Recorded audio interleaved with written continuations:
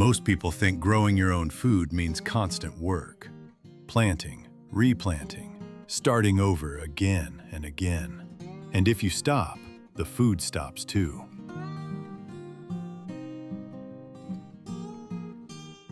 But what if that wasn't true? What if there were vegetables you could plant once and keep harvesting for months, sometimes even years? No restarting, no constant effort, just food that keeps coming back. Because the truth is, some plants don't just grow, they regrow. And once you understand which ones, you stop gardening the hard way and start building a system that feeds you.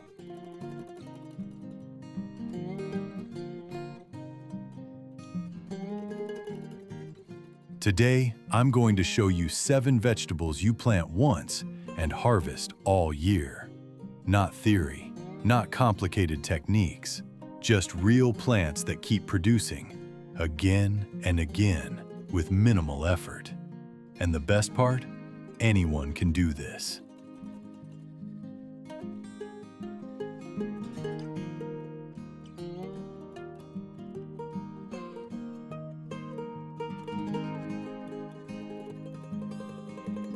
Let's start with one of the most powerful plants you can grow, kale. Kale isn't just popular in the US, it's everywhere, from backyard gardens to health-focused kitchens. But what most people don't realize is that kale is basically a production machine. Unlike most vegetables, you don't harvest the whole plant. You simply take the outer leaves and leave the center intact.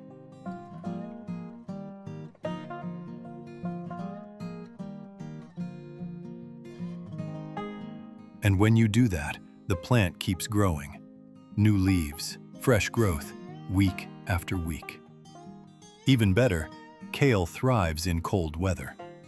It can handle frost and even survive light snow. So while other plants die off, kale keeps producing. One plant, multiple harvests, for months.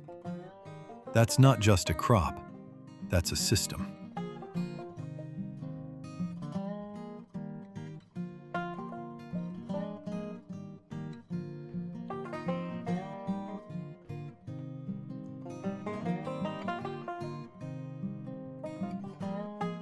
Next up is something so simple, it almost feels like a cheat code. Green onions. This might be the easiest food you will ever grow because you don't even need seeds. Just buy green onions from the store, cut off the white root base, and place it in a glass of water near a window.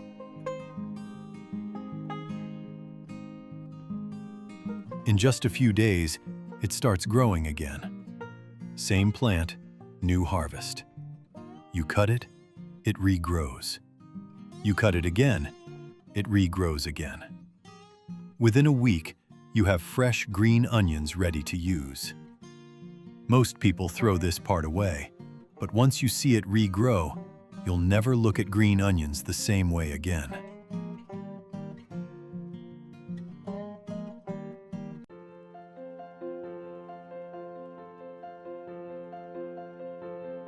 Now let's move to something every household knows: lettuce. It's in salads, sandwiches, wraps, everywhere.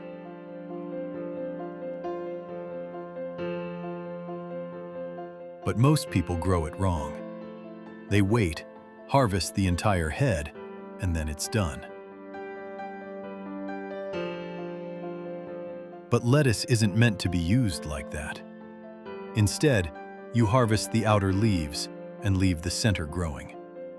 This method, known as cut and come again, turns one plant into weeks or even months of continuous harvest. You don't need to replant every time. You just keep harvesting as it grows.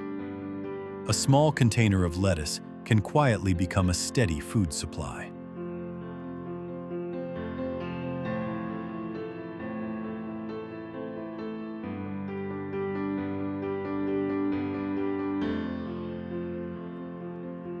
Now let's talk about one of the most underrated vegetables in home gardening, Swiss chard. It doesn't get as much attention as kale or lettuce, but it should, because Swiss chard is incredibly resilient. It can handle heat, tolerate cold, and survive conditions that would destroy other plants.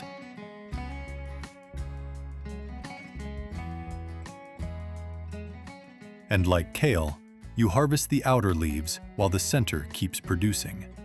Again and again, month after month. It's one of those plants that just keeps going, quietly feeding you without demanding much in return.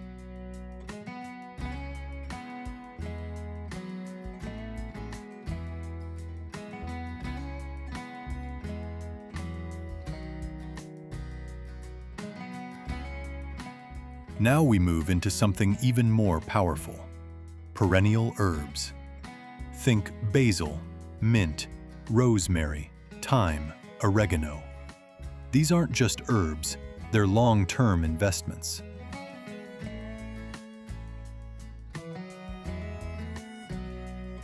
You plant them once, and they can live for years. And the more you harvest, the more they grow. Cutting them doesn't harm the plant. It actually encourages it to produce more. More leaves, more branches, more flavor. Many of these herbs can grow continuously from spring through fall, and some even longer depending on the climate.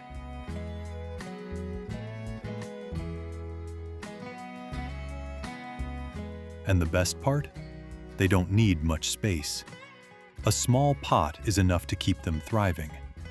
Imagine having fresh herbs anytime you need them, right outside your door.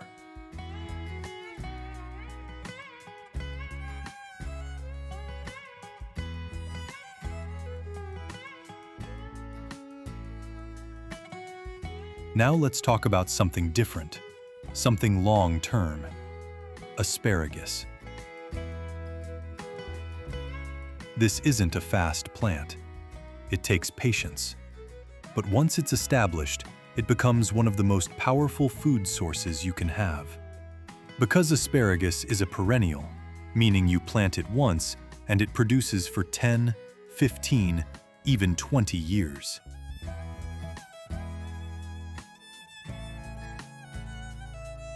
Every spring, it comes back. Same plant, same location, year after year. This is what a true long-term food system looks like. One investment that keeps paying you back.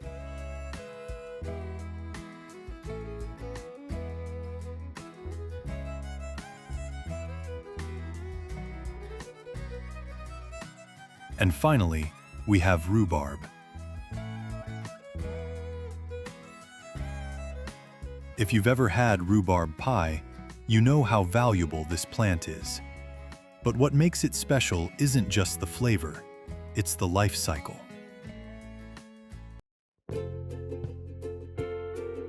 Rhubarb is also a perennial. You plant it once, and every year it comes back, especially in the spring. No replanting, no starting over. Just consistent harvests season after season.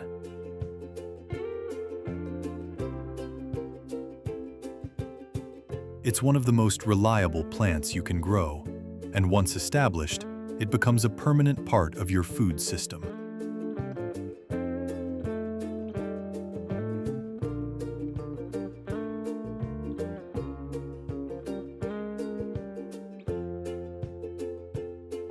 Now take a step back and look at all 7 of these. Kale, green onions, lettuce, Swiss chard, perennial herbs, asparagus, and rhubarb. They all share one powerful trait. They don't rely on a single harvest. They keep giving. And once you build your garden around plants like this, everything changes. You stop restarting. You stop wasting time. You stop depending on perfect timing. Instead, you create a system that feeds you continuously.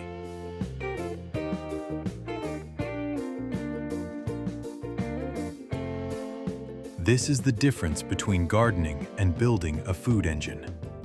Because once your plants regrow, your effort compounds. Every time you harvest without replanting, you save time. Every time a plant comes back next season, you gain leverage. And over weeks, months, and years, that adds up in a big way.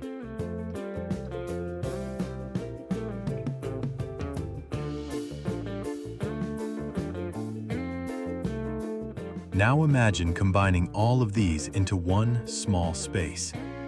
Kale producing through colder months, lettuce and Swiss chard filling in the gaps, green onions regrowing on your windowsill, herbs thriving in small pots, asparagus and rhubarb returning year after year.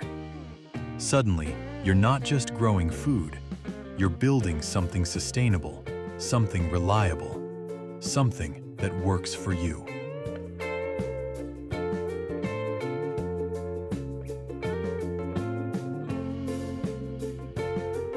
And that's the real shift. This isn't about growing more, it's about growing smarter. Because once you realize you don't have to start over every time, you stop treating food like a one-time effort. You start treating it like a system that produces again and again with less effort over time.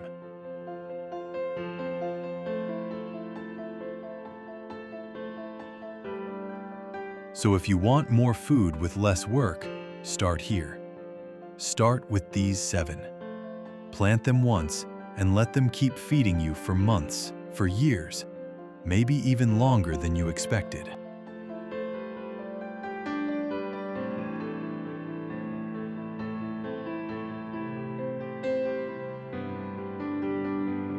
After discovering 7 vegetables you can plant once and harvest all year round, it's easy to assume your garden will thrive effortlessly.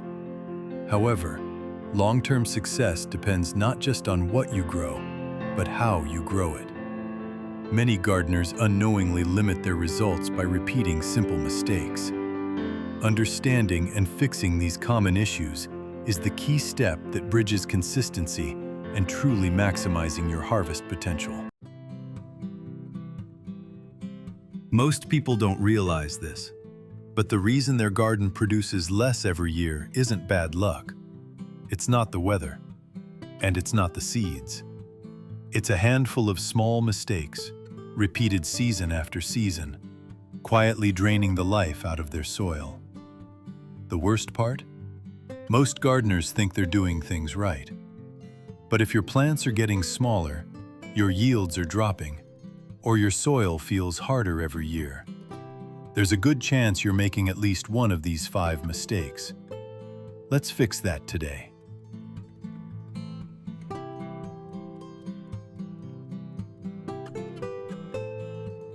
The problem is simple. Modern gardening often focuses on quick results, fertilizers, fast growth, perfect-looking plants. But over time, this approach weakens the soil instead of building it. So even if your garden looks good at first, it slowly becomes less productive.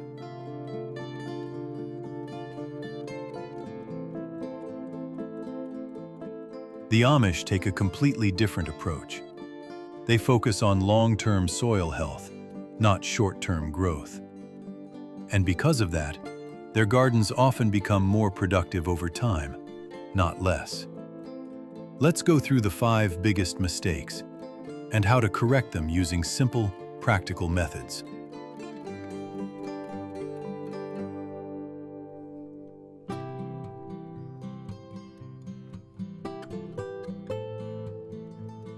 The first mistake is leaving your soil bare. This is one of the most common and most damaging habits in gardening. After harvesting, many people leave their garden beds exposed. No plants, no mulch, just open soil.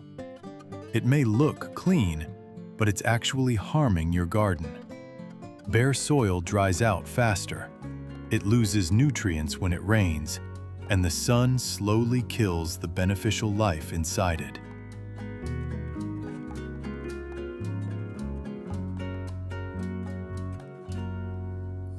The Amish almost never leave soil uncovered. Instead, they protect it. Here's what to do. After harvesting, cover your soil immediately. You can use straw, leaves, grass clippings, or even compost. Spread a layer about 2 to 4 inches thick across the surface.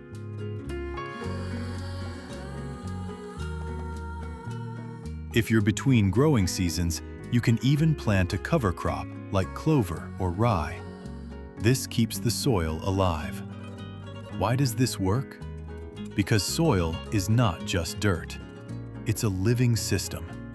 When you cover it, you protect moisture, feed microbes, and prevent erosion. Within a couple of weeks, you'll notice your soil stays softer and darker.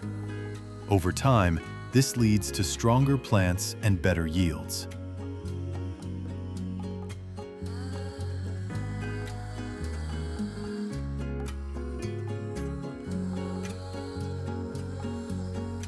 The second mistake is over-tilling your soil. Many gardeners believe that more tilling equals better soil. It feels productive. It makes the soil look loose and clean. But too much tilling actually damages the structure of your soil. It breaks up beneficial organisms. It destroys natural pathways that roots and water depend on. And it leads to compaction over time.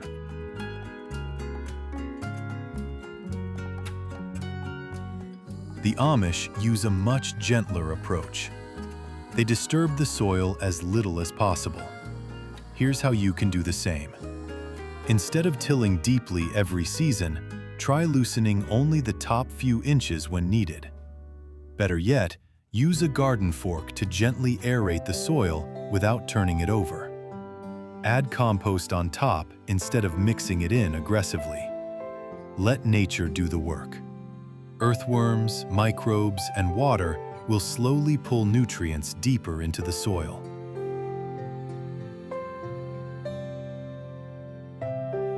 Why does this work? Because healthy soil builds itself when left mostly undisturbed. The structure stays intact. Moisture is retained better, and beneficial organisms thrive. After a few weeks, you may notice your soil becoming easier to work with, even without constant tilling. And over time, your plants will grow stronger with less effort.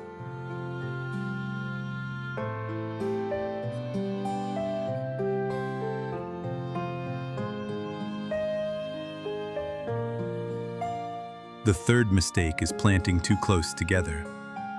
This is a mistake driven by good intentions. People want to maximize space, so they plant crops tightly, hoping for more food. But overcrowding creates competition. Plants fight for sunlight, water, and nutrients. Airflow decreases, which increases disease. And instead of getting more, you often get less.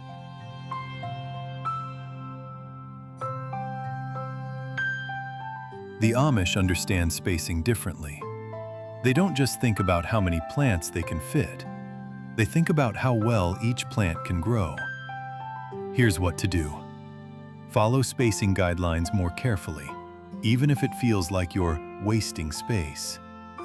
But here's the key insight. Healthy, well-spaced plants often produce more than crowded ones. If you want to go further, use staggered planting. Plant in a zigzag pattern instead of straight rows. This gives each plant better access to light and airflow.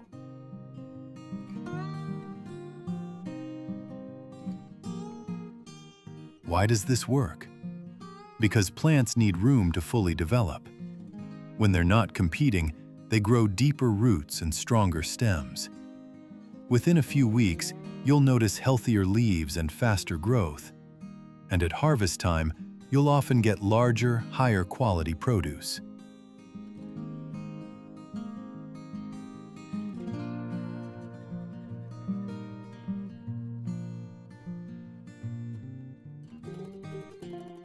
The fourth mistake is relying too much on synthetic fertilizers.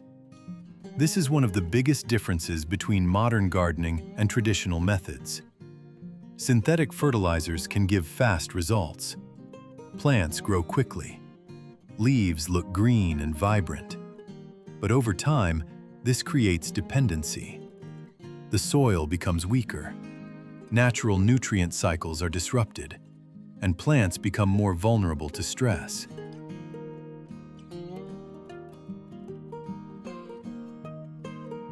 The Amish focus on feeding the soil, not just the plant. Here's how you can apply this.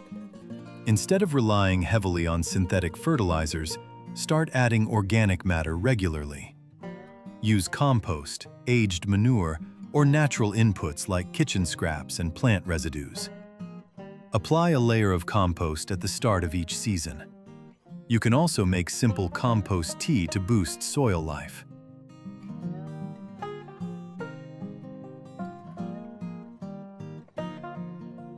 Why does this work? Because organic matter feeds the entire soil ecosystem. Microbes break it down slowly, releasing nutrients over time.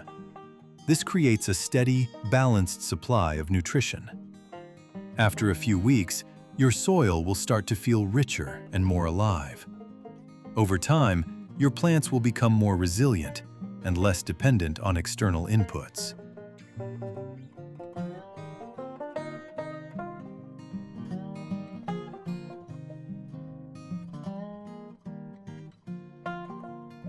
The fifth mistake is growing the same crops in the same place every year. This is called poor crop rotation, and it quietly drains your soil. Each plant type uses specific nutrients.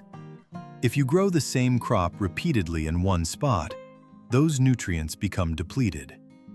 At the same time, pests and diseases build up in the soil. The result? Weaker plants and lower yields.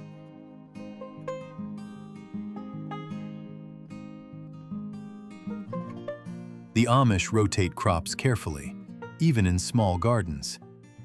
Here's how you can start. Divide your garden into simple sections. Rotate plant families each season. For example, leafy greens in one area this year, root crops there next year, and fruiting plants the year after. Even a basic rotation can make a big difference.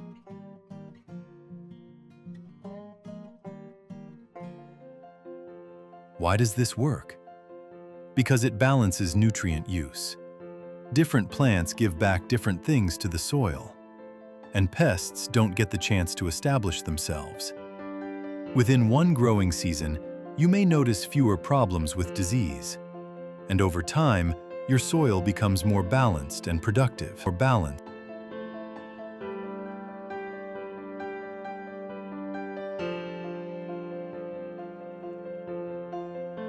Here's the big idea behind all of this. Most gardening problems don't come from doing too little.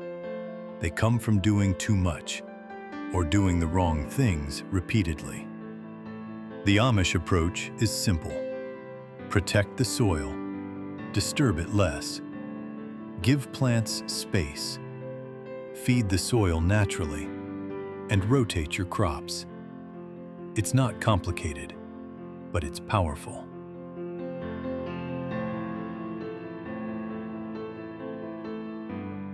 So what kind of results can you expect? Within 2 to 3 weeks, your soil may start holding moisture better. Within a month, your plants may look healthier and more stable. Over a full season, you could notice fewer pest problems and more consistent growth. And over time, your garden can become more productive each year instead of less. That's the real goal.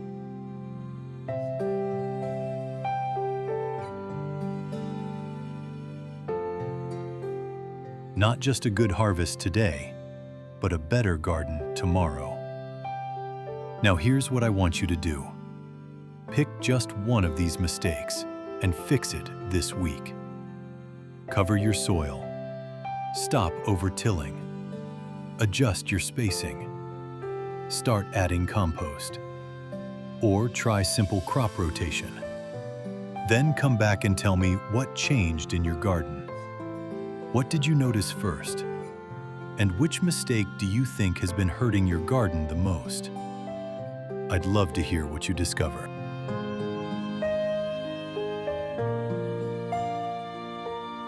Once you identify and fix the 5 common gardening mistakes that limit your yield, you create the perfect foundation for exceptional results.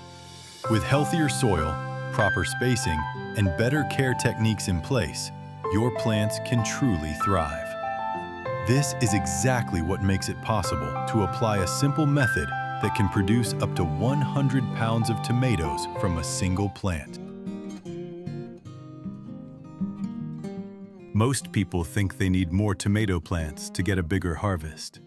But the Amish prove something completely different. They can pull up to 100 pounds of tomatoes from a single plant. And the surprising part? It's not about fancy fertilizers, expensive systems, or high-tech gardening tricks. It comes down to a few simple habits, things most modern gardeners completely overlook.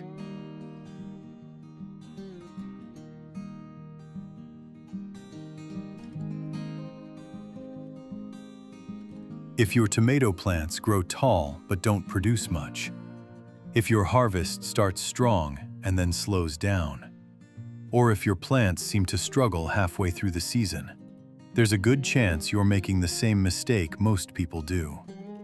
You're spreading your plant's energy too thin.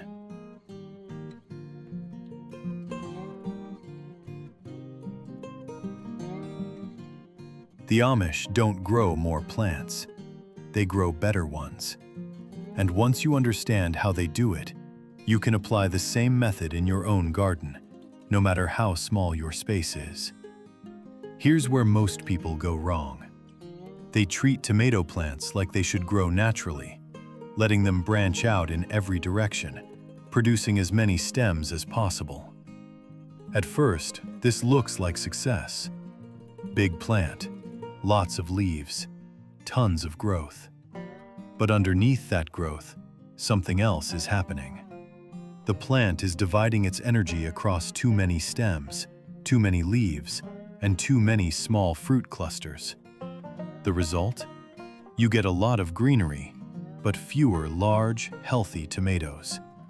And over time, the plant becomes weaker, more disease-prone, and less productive.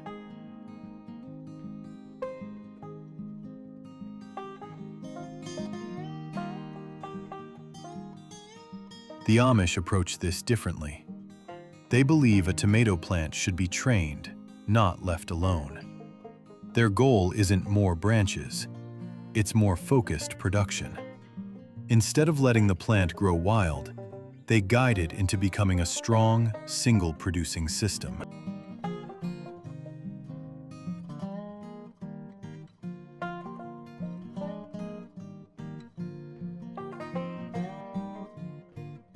Here's exactly how they do it. Step 1 is choosing the right type of tomato. The Amish almost always grow indeterminate varieties. These are the kinds of tomatoes that keep growing and producing all season long, instead of stopping after one harvest. This is important because their method depends on continuous growth. If you're using determinate tomatoes, this strategy won't work the same way. So the first move is simple. Pick a variety that keeps producing.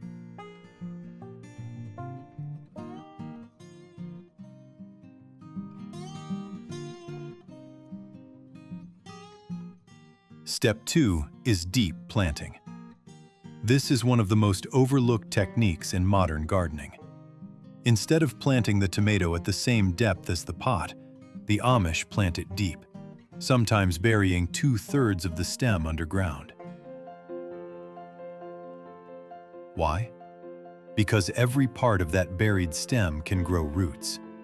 More roots mean more water uptake, more nutrients, and a much stronger plant.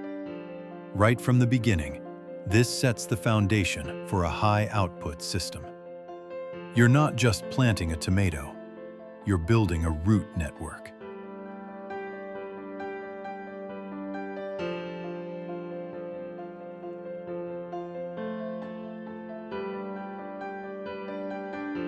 Step 3 is aggressive pruning. This is where most people hesitate. They feel like they're harming the plant. But in reality, this is where the magic happens. As the tomato grows, it produces small shoots between the main stem and the branches. These are called suckers. Most gardeners leave them. The Amish remove them. Every single one.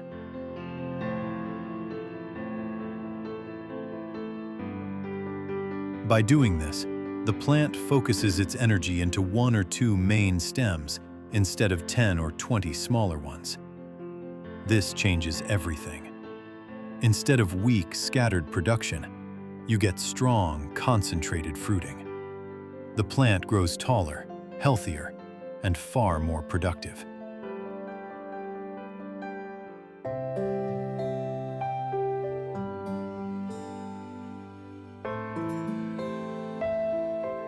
Step 4 is vertical support.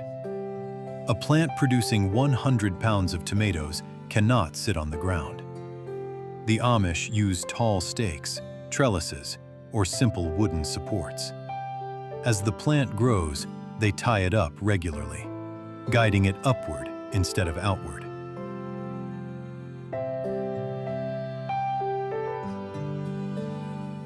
This does 3 things. It improves airflow, which reduces disease. It keeps the fruit off the ground, preventing rot. And it allows the plant to receive more sunlight across all leaves. Think of it like turning your tomato plant into a vertical food tower. Instead of spreading across your garden, it grows upward, producing more in less space.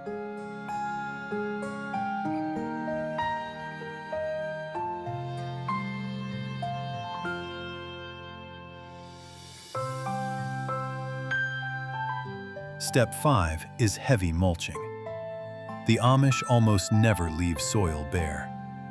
Around each tomato plant, they apply a thick layer of organic mulch, straw, hay, or composted material. This locks in moisture, regulates soil temperature, and feeds the soil slowly over time. But more importantly, it keeps the soil alive. Healthy soil means healthy roots, and healthy roots mean more tomatoes.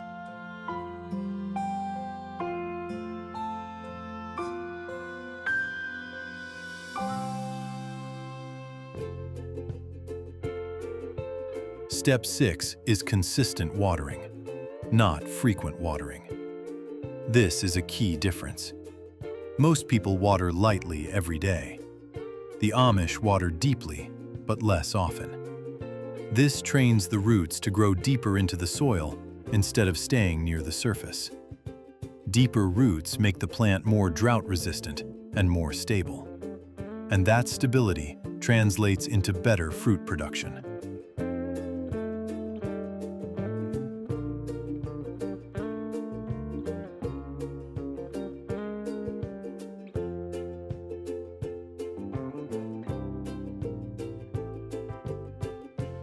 Step 7 is feeding the soil, not the plant.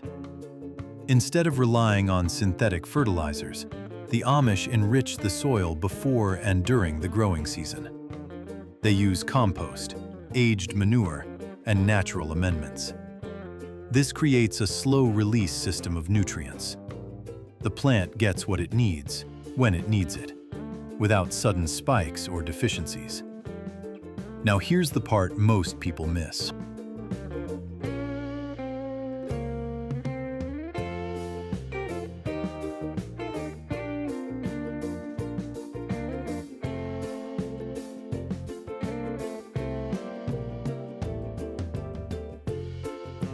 All of these steps work together. You can't just do 1 or 2 and expect massive results. The Amish method is a system. Deep roots, focused growth, strong support, living soil. Each piece builds on the other, and when combined, they turn an ordinary tomato plant into something incredibly productive.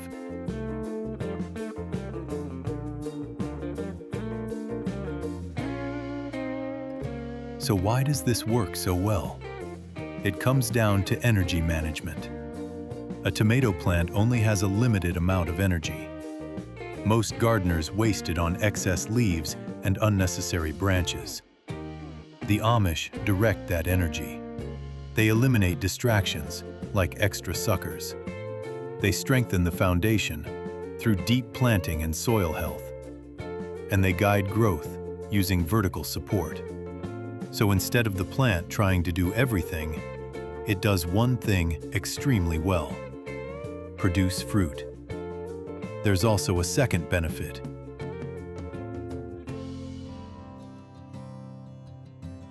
Disease reduction. When plants are crowded and unpruned, moisture gets trapped. Air can't circulate, and that creates the perfect environment for fungal diseases. But a pruned, vertical plant with good spacing stays dry and healthy. That means a longer growing season and more time to produce tomatoes. Now let's talk about what you can realistically expect.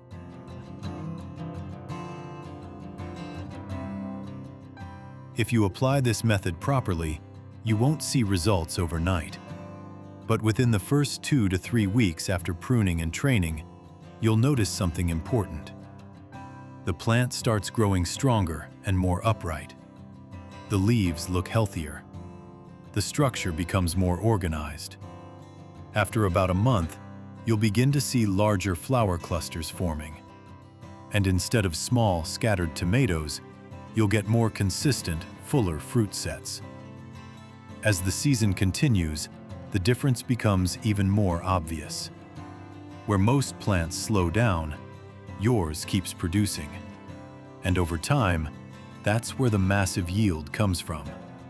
Not all at once, but steadily, week after week. That's how you reach those 100-pound harvests. Not through luck, but through consistency. Now here's something to keep in mind. This method doesn't require a big garden.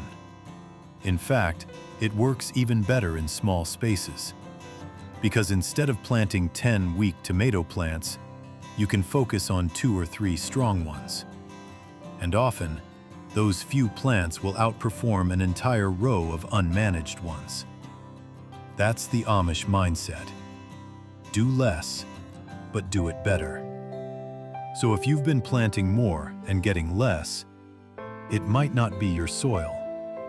It might not be your weather. It might simply be your method. And the good news is, that's something you can change starting today.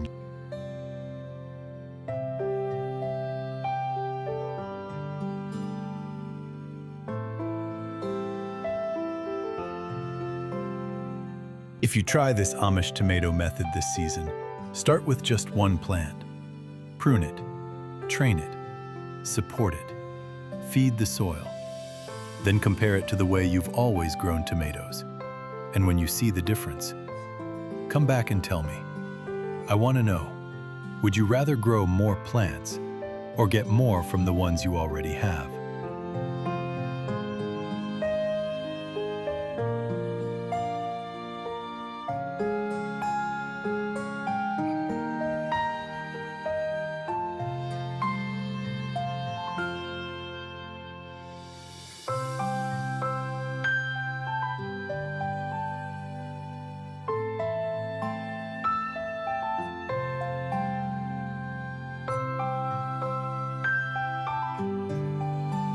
After mastering a simple method to grow up to 100 pounds of tomatoes from a single plant, you might wonder what comes next.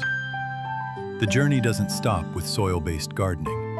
In fact, some of the most efficient systems eliminate soil entirely, allowing you to grow fresh, nutritious vegetables indoors with minimal space and maintenance year-round.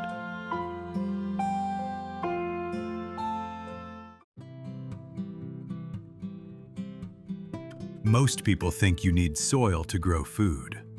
A backyard, raised beds, bags of compost, space. But what if that's completely wrong? Because right now, In tiny apartments across cities like New York, Tokyo, and London, people are growing fresh herbs, vegetables, and even edible greens without using a single handful of dirt.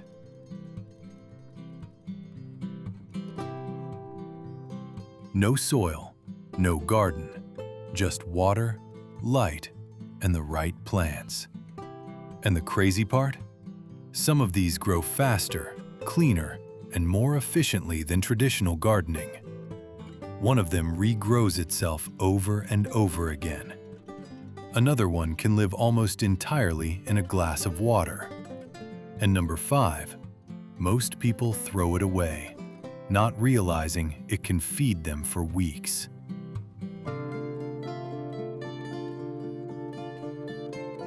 Stay with me, because today, I'm going to show you 7 plants you can grow indoors without soil, perfect for small spaces, busy lives, and modern city living. Welcome to a smarter way of growing food.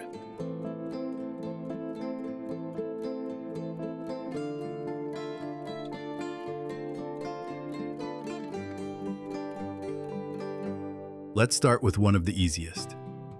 Number 7. Green onions. The never-ending harvest. If you've ever bought green onions from the store, you've already grown this plant without realizing it. Because the secret is in the roots. Take the white root end, place it in a small glass of water, and leave it near a window. That's it. Within days, you'll see fresh green shoots growing back. What makes this powerful is how repeatable it is. Cut the tops, use them in your cooking, and they grow back again. Most people throw these away after one use, but in reality, they're one of the simplest forms of indoor food production. No soil, no effort, just water and light. Small habit, endless supply.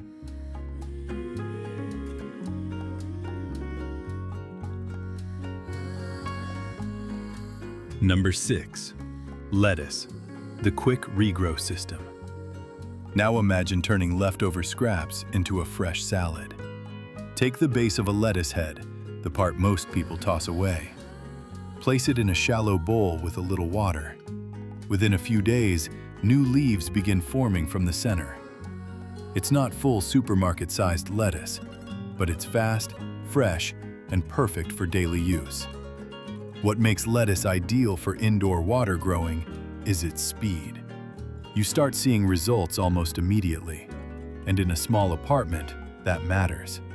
Because when space is limited, quick cycles win. Fresh greens growing right on your kitchen counter.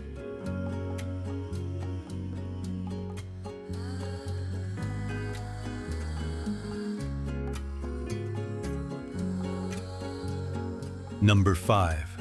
Celery, the plant everyone wastes. This is the one almost nobody thinks about. You cut celery, you use the stalks, and then you throw away the base. But that base is still alive. Place it in water and something surprising happens. New leaves begin to grow from the center. Then small stalks start forming again. It's not just regrowth, it's regeneration. What makes celery interesting is not just the food, it's the concept. You're turning waste into production. And in a city where everything costs more, that shift in thinking is powerful. From trash to food.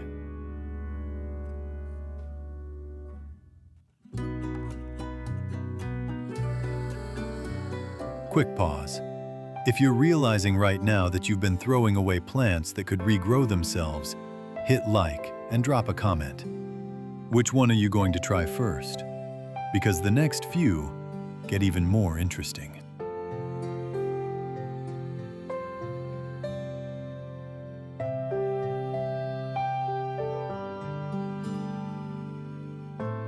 Number 4.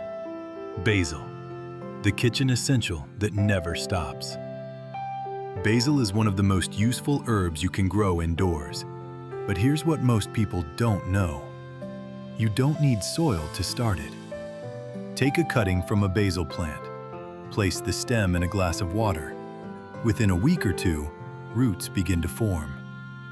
Once that happens, you have a fully functional plant, and you can keep it growing in water or transfer it later.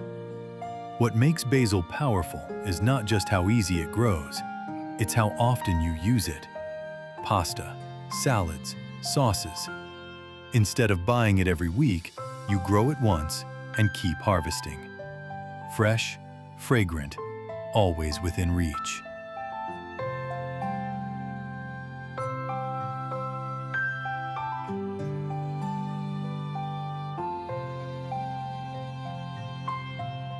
Number 3. Mint, the self-multiplying plant. Mint doesn't just grow, it spreads aggressively, which is why many gardeners actually avoid planting it in soil. But in water, it becomes perfect. Take a few cuttings, place them in a jar, give them light, and they'll root quickly.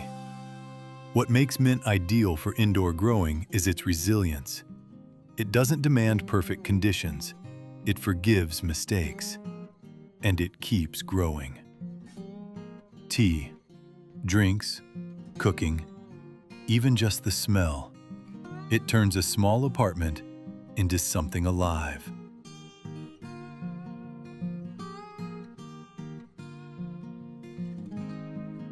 Number 2. Spinach, the nutrient machine. Now we step into something more powerful. Spinach. Packed with iron, vitamins, and nutrients, this is one of the healthiest greens you can grow. And yes, you can grow it hydroponically. No soil required. All it needs is water, light, and basic nutrients. In return, it gives you dense, dark, nutritious leaves. What makes spinach special is not just growth, it's value. In a city environment where fresh, high-quality greens are expensive, growing your own changes everything. You're not just saving money, you're upgrading your food. Health from a container.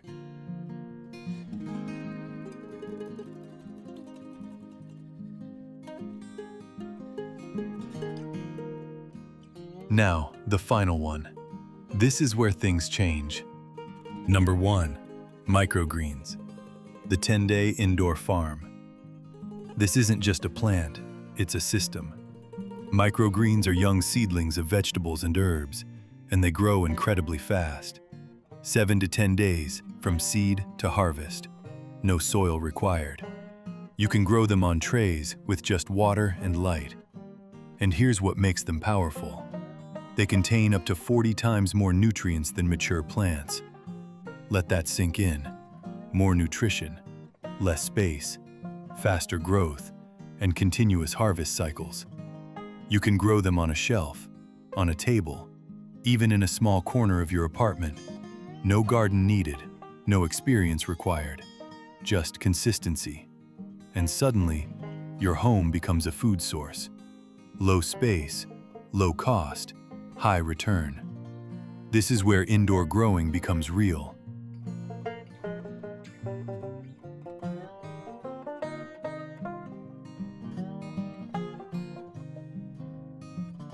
So there you have it. 7 plants you can grow indoors, without soil. From green onions that regrow endlessly, to basil and mint that fill your kitchen with life, to microgreens that turn small spaces into powerful food systems. Each one proves the same thing. You don't need more space to grow food. You just need a different approach. Because in today's world, space is limited, but creativity isn't. And the ability to grow your own food? That's something you can build right where you are.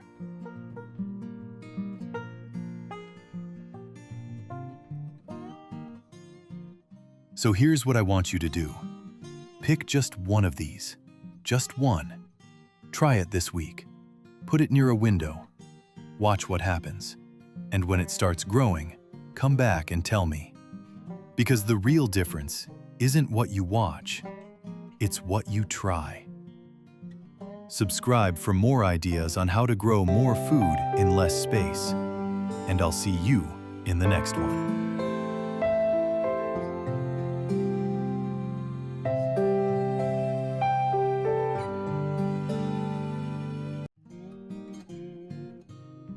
Most people believe that growing flowers requires space, a garden, soil, sunlight, time.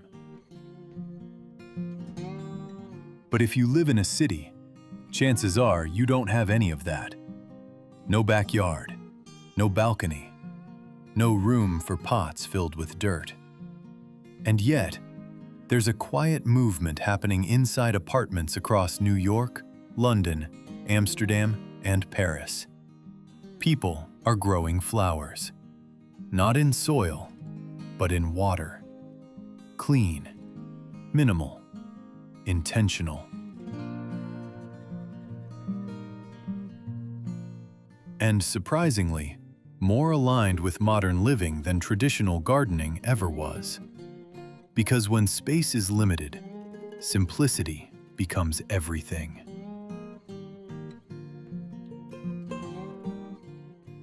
Today, I'm going to show you 10 flowers you can grow indoors without soil.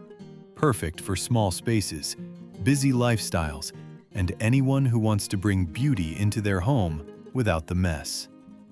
Some of these bloom for weeks with almost no effort. Some thrive in low light, and one of them transforms a simple bowl of water into something that feels almost meditative. Stay with me, because this isn't just about flowers. It's about creating a space that feels alive.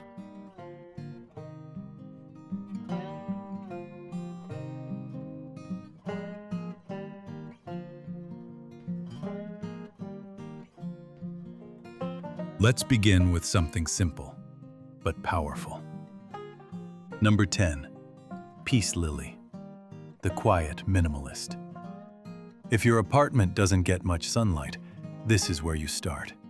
Peace lilies are known for their deep green leaves and soft white flowers that almost glow in dim environments.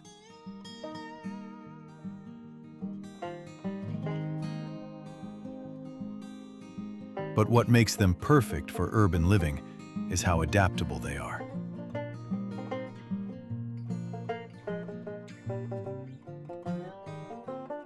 You don't need soil. You can grow them in water by placing the roots in a clear container, keeping the base dry. And in return, they give you calm.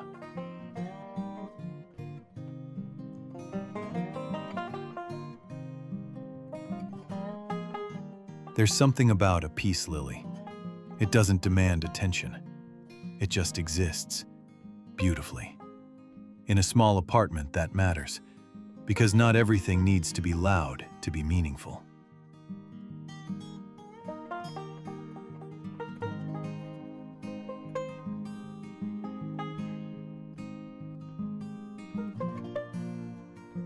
Number 9, Lucky Bamboo, the clean aesthetic.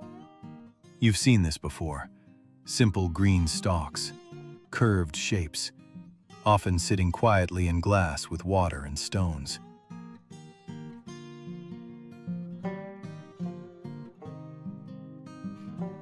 Lucky bamboo is one of the easiest plants you can grow indoors. No soil, no complexity, just water and indirect light. But what makes it special isn't just how easy it is, it's how it fits into modern spaces. Minimalist, structured, balanced. It doesn't feel like gardening, it feels like design. And in cities where every object matters, that makes a difference.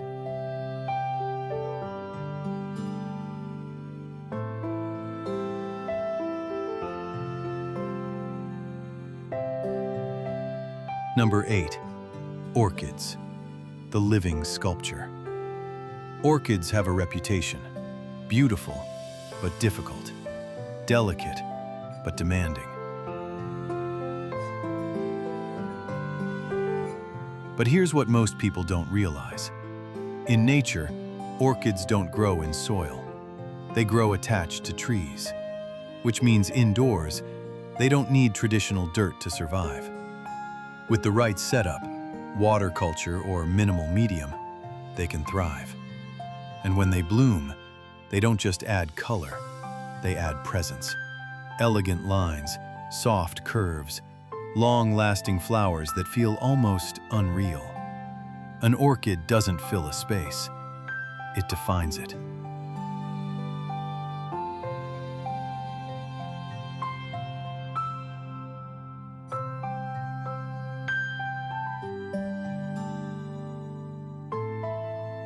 Number 7. Paperwhite narcissus, the seasonal reset.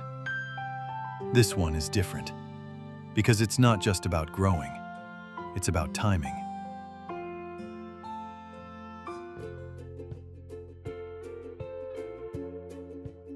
Paperwhite narcissus bulbs can be grown entirely without soil. Place them in a shallow container with stones and water, and within weeks, they bloom.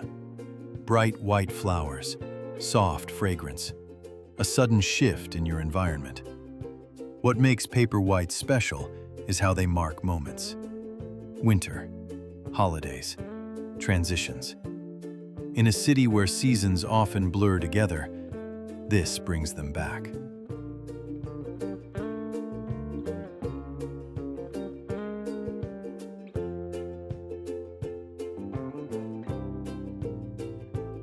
Number 6.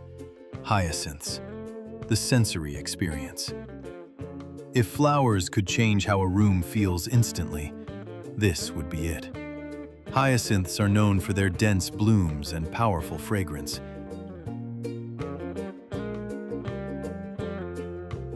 And like paperwhites, they grow beautifully in water. A simple glass container, a bulb, a little patience. And then, color, scent, presence. What makes hyacinths powerful isn't just how they look, it's how they affect you. They turn your home into something you don't just see, but experience.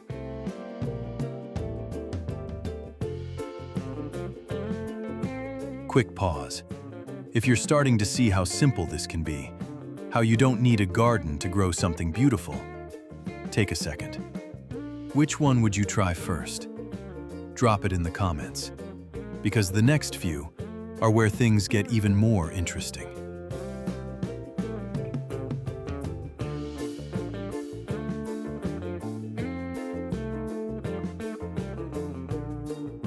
Number 5. Begonias, the living canvas. Begonias are not just flowers, they're patterns, colors, textures. And the best part? You can grow them in water from cuttings. Take a stem, place it in water, and roots begin to form. What makes begonias special is their variety. Deep reds, soft pinks, spotted leaves, unusual shapes. In a small apartment, they become art, something you don't just keep, but observe.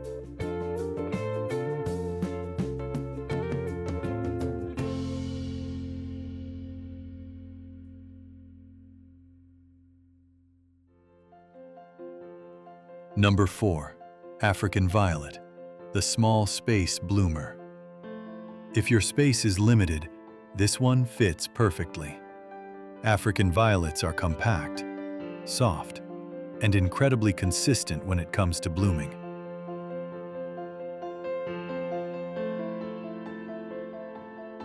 They can be rooted and maintained in water systems, and once established, they keep producing flowers.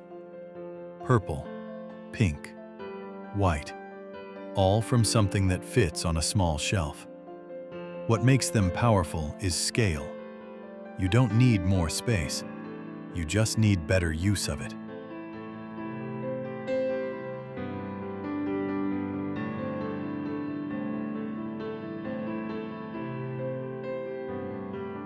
Number 3. Chrysanthemums, the familiar, reimagined. Chrysanthemums are everywhere. markets, bouquets, seasonal decorations. But indoors, grown in water, they feel completely different. You can take cuttings, place them in water, and allow them to root. And once they do, you have something that feels both familiar and new. What makes chrysanthemums interesting isn't rarity, it's transformation. Taking something ordinary and seeing it in a completely different way.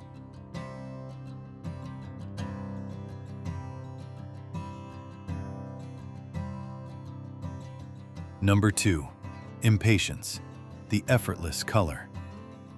Not every apartment gets perfect light, and that's okay. Impatiens thrive in low to moderate light conditions. They root easily in water, and they bloom continuously with very little effort. Soft petals, bright colors, constant life. What makes them ideal for urban living is how forgiving they are. You don't have to be perfect. You don't need experience. You just need to start.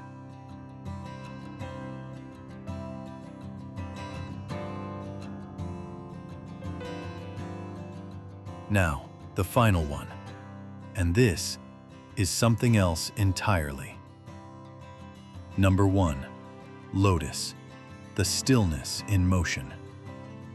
This isn't just a flower, it's an atmosphere. Lotus grows in water. That's its nature. And when you bring it indoors, everything changes. A bowl, water, a plant rising from stillness, large leaves, soft blooms, quiet movement.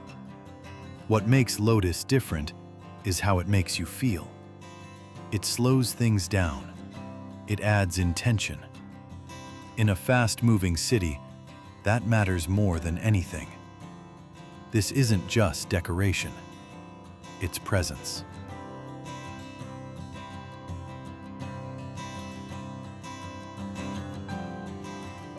So there you have it. 10 flowers you can grow indoors without soil. From peace lilies that thrive in low light, to hyacinths that transform your space with scent, to lotus that turns water into something almost meditative. Each one proves the same idea. You don't need a garden to grow something beautiful. You don't need more space to feel connected to nature. You just need a different approach. Because in modern life, we don't always have room for complexity, but we always have room for something meaningful. So here's what I want you to do. Don't try all 10. Pick one. Just one. Set it up this week. A simple container, clean water, a little light, and watch what happens. Because once you see something grow in your own space, everything changes. Because the real difference isn't what you watch. It's what you create. Subscribe for more ideas on how to bring nature into small spaces. And I'll see you in the next one.